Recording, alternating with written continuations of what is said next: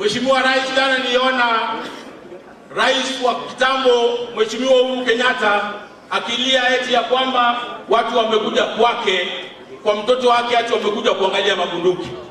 Sisi tunataka kumwambia Mheshimiwa Uhuru Kenyatta, wewe unapatia mtoto wako bunduki to protect themselves, lakini umepatia watoto wetu mawe waingie kwa streets. Hawa watoto wetu ambao wako hapa leo, who will protect them? Mheshimiwa Uhuru Kenyatta, wewe lazima umheshimu Mheshimiwa William Ruto. Huyu alikuwa deputy wako, lakini sasa yeye ndiyo commander in chief of the armed forces. Alikuwa pia wako, lakini saizi yeye ndiyo naibu wa rais wa Jamhuri ya Kenya. Lazima umheshimu Mheshimiwa William Ruto. Ulimwangaisha, ulimshurutisha. Hii ni wakati wa kumheshimiwa William Ruto atufanyie kazi.